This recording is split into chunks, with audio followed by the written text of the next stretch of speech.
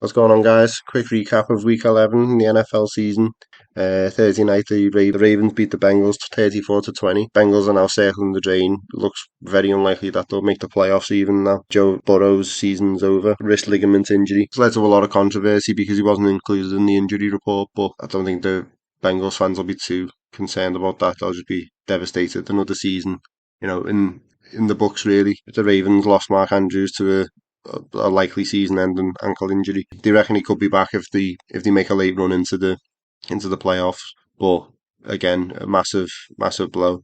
The Ravens continue to roll pretty well towards the AFC North title. They've only lost one game to the Cleveland Browns in the last 6 games. Jake Brown done well. He gave himself a good account. He wouldn't have ever expected to be playing in this game.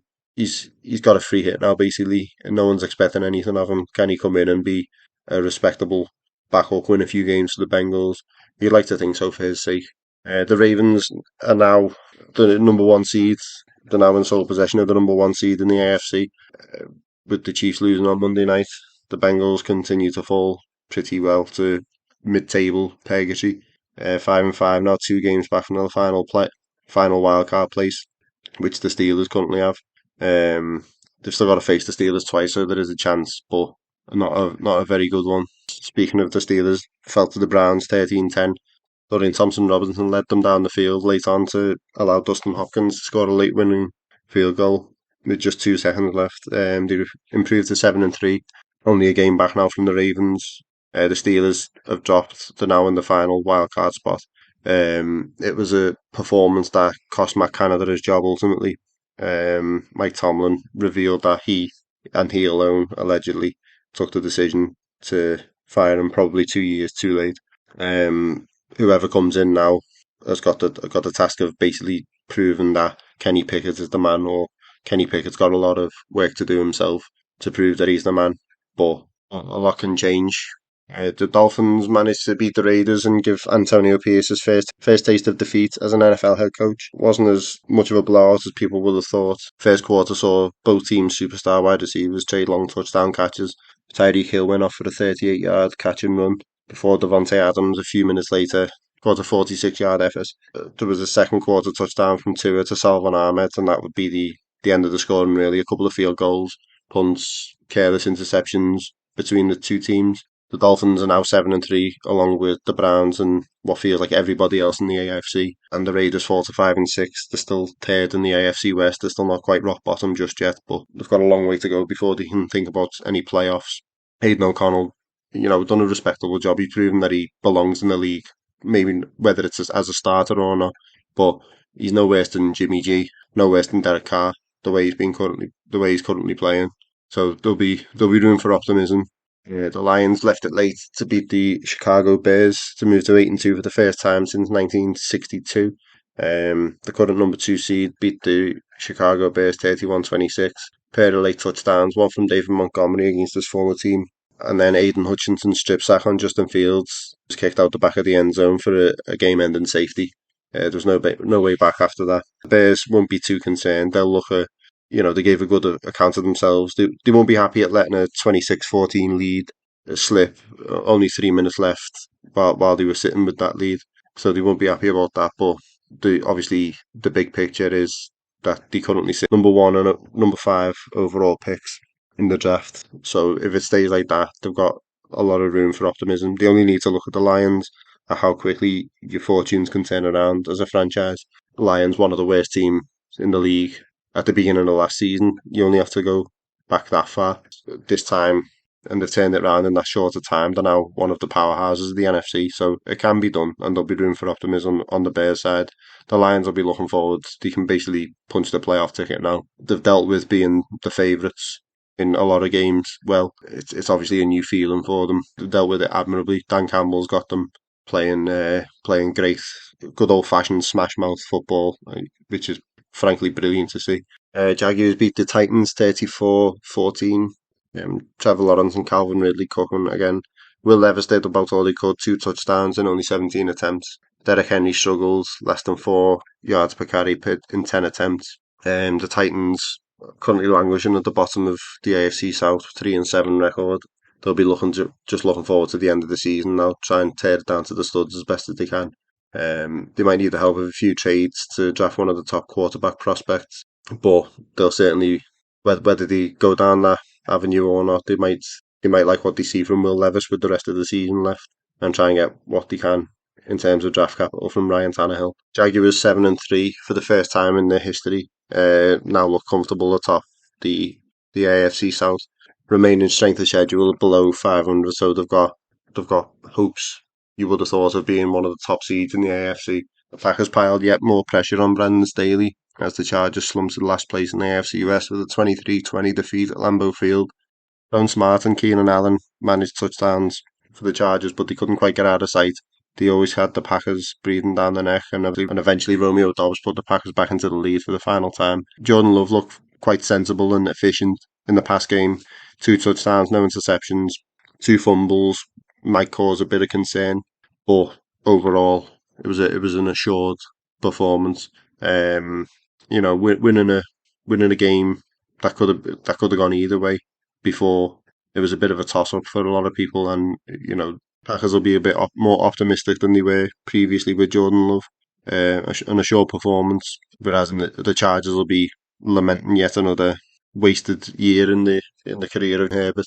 They'll be looking for a quick turnaround, whether they fire Brandon Staley mid-season or wait until Black Monday. They'll be wanting big changes very quickly. The Texans beat the Cardinals 21-16. CJ Stroud's been as close to impervious as you can be really for a rookie of his age. Even with a rare 3 interception slump, you could call it, he still showed a lot of maturity and composure to lead the Texans to the win. One of those interceptions bounced off the hands of Robert Woods, so it's unfair to blame him. But time seemed to stand still for him and Tank Dell on the what proved to be the winning play. Great improvisation from both players. You could see Stroud as he was scrambling, pointing towards the corner of the end zone, as he seen the space open up.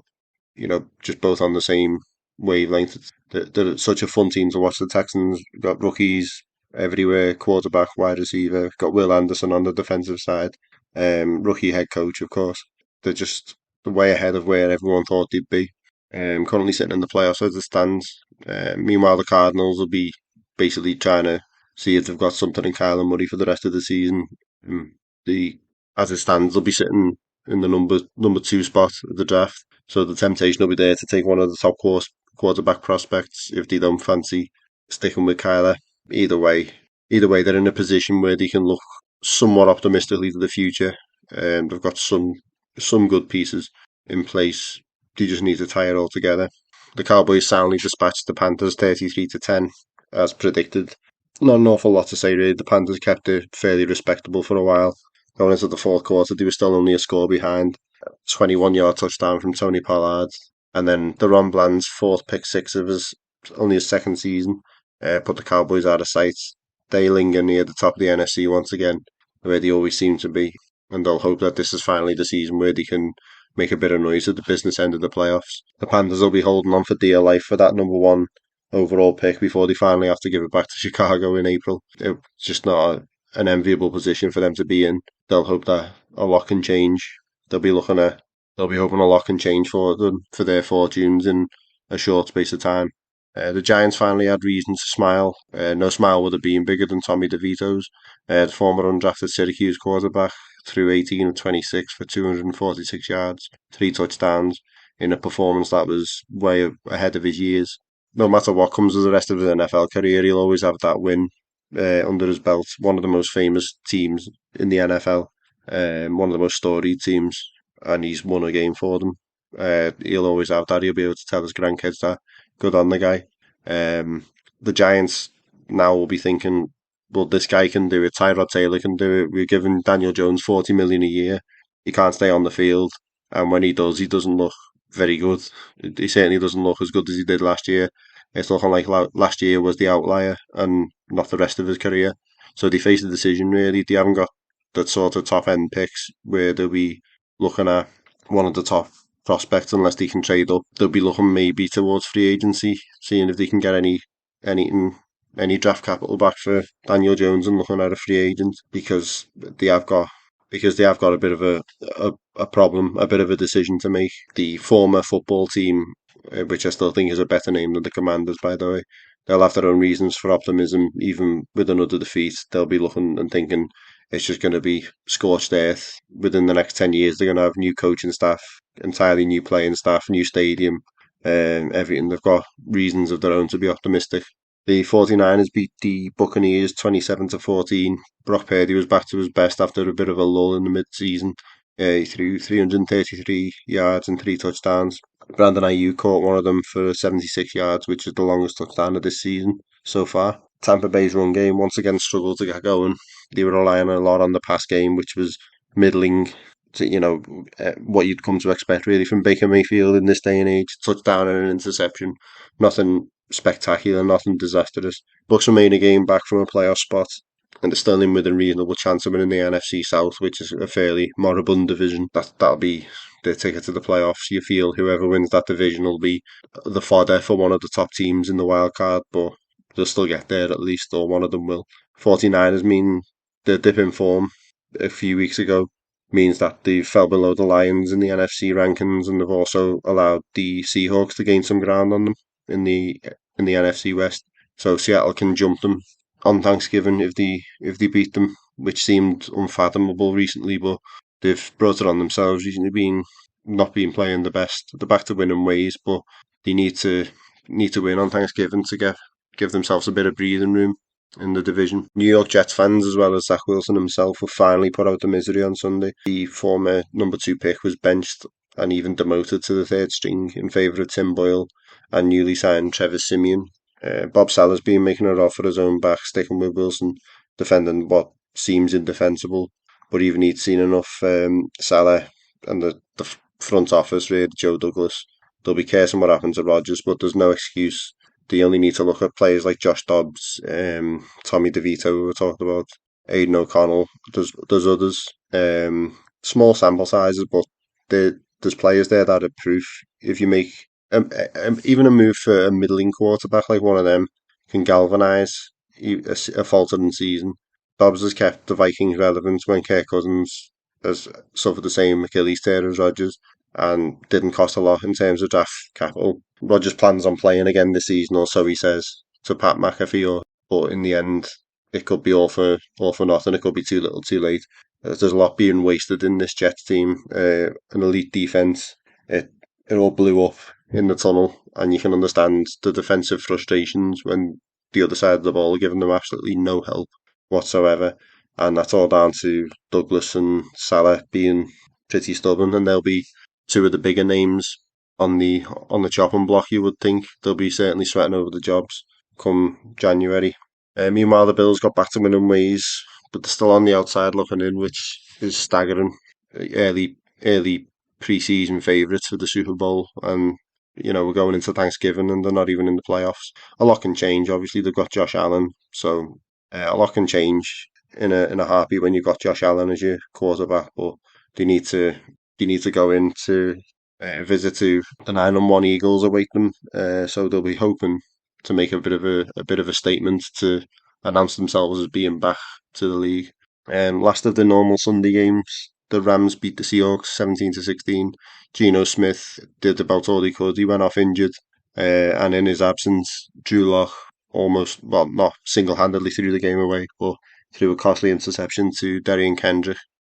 Smith still managed to come back from his elbow injury to lead the Seahawks downfield, but it was a Jason Myers late field goal attempt that drifted just wide right from 55 yards. It would have tied the Seahawks top with the 49ers in the NFC West, but it proved to be not enough.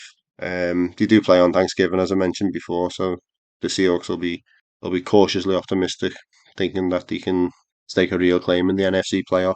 And the Rams just continue to meander towards a pretty mediocre season. A lot of whispers about Matthew Stafford's future. He's turning 35. He's had quite a few lengthy injuries recently in the last couple of years. Even if he did retire, they'll always have that Super Bowl run. So in the end, that's all they play for. That'll prove that it was worth it. But they will have to start looking forward to the future beyond Stafford, beyond Aaron Donald beyond the stars from the stars and scrubs. The Broncos beat the Vikings 21-20, very close game, but the Broncos extend their now league best winning streak to 4 games. Josh Dobbs fumbled early on the first drive. Kareem Jackson has been suspended for that hit, which is questionable because they say it was on a defenseless quarterback. He was lined up as a tight end. It was a gimmick sort of college play, and he was lined up as a tight end. And anyway, Jackson's still being suspended, whether you agree with it or not. Jaquan McMillian became the first Broncos cornerback ever to record 6 tackles for a loss in a season. Also, the first Broncos since Von Miller to recover a fumble in back-to-back games. He also, all of that was on top of his second interception in 3 games. 2022 undrafted free agents. The Broncos have got quite a rich history of undrafted players. Obviously, the one that springs to mind is Chris Harris in the same position as McMillian. Both McMillian's established himself similar to Chris Harris as just such an important part of this defense. Vance Joseph's turned it around pretty unbelievably, really.